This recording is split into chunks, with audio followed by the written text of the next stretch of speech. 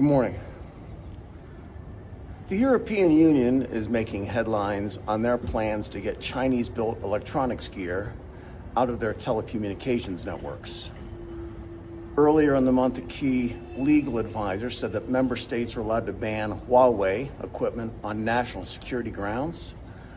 Policymakers in the EU are ready to crack down on countries in the EU that still allow China to sell 5G network equipment.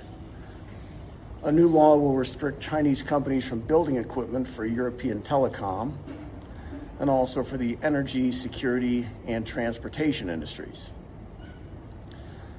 Here is the problem as they see it. For most countries in the EU, Huawei and ZTE are over 40% of the telecom hardware market.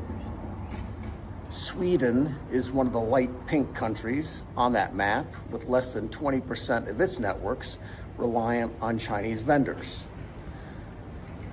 Back in 2020, Swedish regulators banned the use of telecom equipment from Huawei and ZTE in its 5G systems and said that they would rely on Ericsson, which is headquartered in Sweden, and Nokia from next door to provide the continent with 5G. The new installations must be carried out without Huawei or ZTE. Immediately after that announcement, Ericsson was basically put out of business here in China.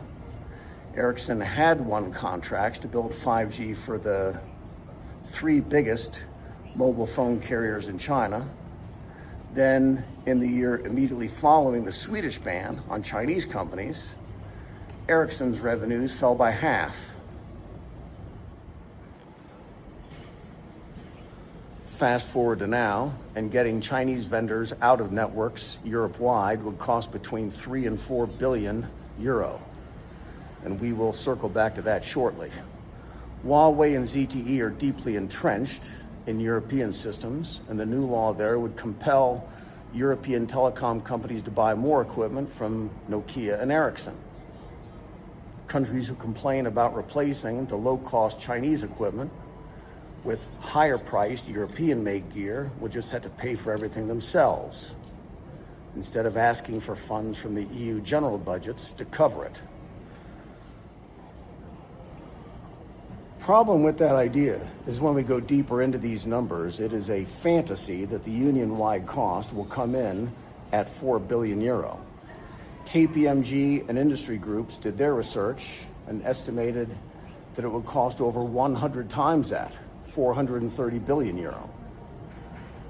Just the part of removing Chinese components and replacing them with European equipment would cost 146 billion, plus costs from downtime and employment problems. The researchers went on to include other costs that push annual losses to be 39 billion euro for this year and growing to about 90 billion annually in 3 years. We've seen this movie before. The United States did their own version of the same thing. This is a congressional report from 2022. The United States has raised national and economic security concerns about Huawei for 2 decades. In 2017, the U.S. government started imposing sanctions on Huawei, restricting the use of Huawei equipment in the Department of Defense, and prohibited federal funds from being used to buy Huawei gear. Conclusion: the U.S. government has taken steps to remove Huawei from American networks and restrict Huawei from having the tools a company needs to grow and expand across the world. The Federal Communications Commission followed up with rules to rip and replace equipment from Huawei and ZTE from telecom systems in the U.S. and set up a $1.9 billion fund to compensate companies for the cost of replacing Chinese equipment. President Trump, and then Biden later, was also pushing U.S. allies to also ban Huawei. Mike Pompeo was Trump's Secretary of State, and before that was Director of CIA. He says that Huawei and other Chinese tech firms are Trojan horses for Chinese intelligence services. Later, they realized that $1.9 billion wasn't nearly enough, so Congress kicked in $3 billion more. But 2 years after that law was passed, only 12% of American companies had replaced their Chinese equipment. And it was obvious by then that the wheels were coming off the whole thing, and the assassination attempt on Huawei was backfiring. Huawei sales grew.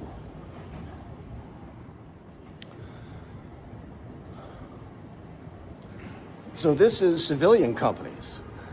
The problem with the rip and replace idea is the replace part. There is not enough money in the United States or in the EU or in the Milky Way to replace Chinese telecom equipment because there are no replacements.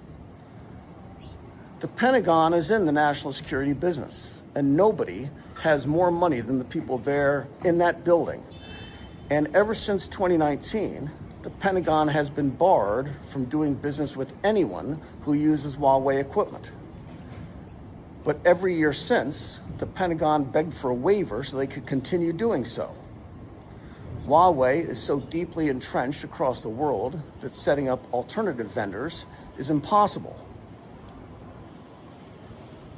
They're saying here that if the Pentagon followed American law, they couldn't buy medical supplies, drugs, clothing, fuel, parts, transportation, resupply missions in most of the world, you may as well say, the Indo-Pacific, Europe, and Africa.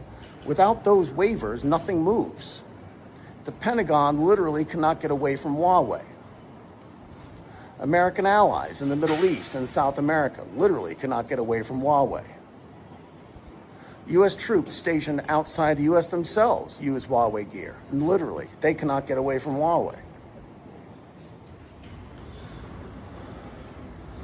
So here again, we see a huge disconnect between the rhetoric of policymakers in the United States and in Europe compared to the real world of supply chains and manufacturing. This is a nice summary of all the laws and executive orders and rulings from the U.S. government agencies. But despite U.S. actions against Huawei and the other Chinese firms, they're stronger than ever. Their market share is higher today than when this all started. And now they're developing new markets and doing so without the help anymore of companies like Ericsson or American firms. A good example of that is something we see almost every day: private 5G networks for mines and factories. Localized networks are driving factory automations, local logistics, and robotics. Almost all the growth in that industry comes from places outside North America and Europe. Huawei is still the most prevalent provider of 5G infrastructure in the world, and especially in the parts of the world where most of the people live, the places that are growing the fastest, and where this technology is going to make the biggest difference. All the orange countries on that map use Huawei. And think of this problem another way. Using Huawei means that these countries can develop faster at a lower cost. Local 5G networks can be built using Chinese equipment and serve areas that national carriers have not yet reached. There are hundreds of thousands of warehouses and mines and industrial parks across that part of the world, and they can get 5G right now without waiting for Ericsson or Nokia to show up someday and bid on the job. Chinese telecom companies' dominance comes from mastery of the supply chain and research and development. 5G networks rely on gallium to make them go. Gallium nitride enables faster data transfer. It allows hardware companies to build lighter and smaller systems that are more energy efficient. It's used in amplifiers and power supply. Those are the advantages to using gallium, and China has all the gallium. Last year, China produced 95% of the world's total supply of gallium, and Huawei has over 2,000 patents related to gallium nitride.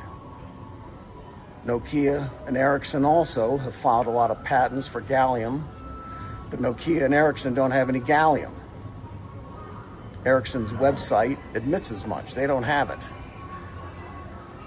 Gallium is a byproduct of aluminum mining.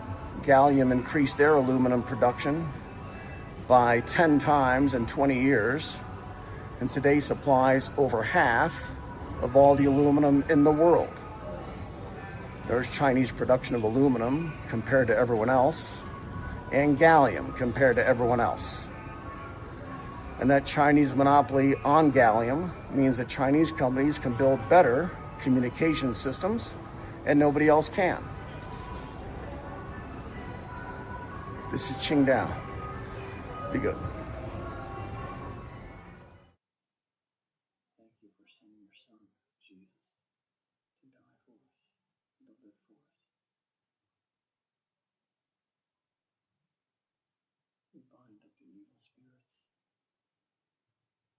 of Islam, of Hinduism, of atheism. We call your spirit to come down in the place. In Jesus' name, the others must flee.